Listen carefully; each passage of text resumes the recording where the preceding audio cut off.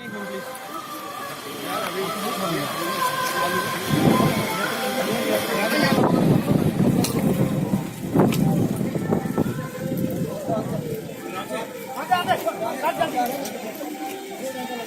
कर रहा है?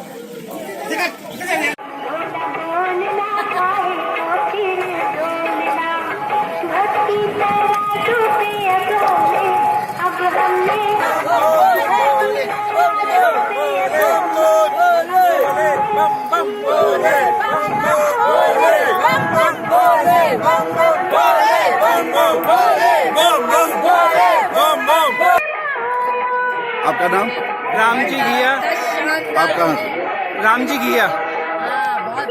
तो आप यात्रा जा रहे हैं तो किस किस्म की दिक्कतें आपको आ रही हैं? हमको यात्रा जा रहे हैं तो एक तो बरसात से और जगह जगह रोक रहे हैं ना, उससे व्यवस्था थोड़ी गड़बड़ हो जाती है और बारिश की थोड़ी दिक्कत आ रही है। बारिश की बहुत दिक्कत है।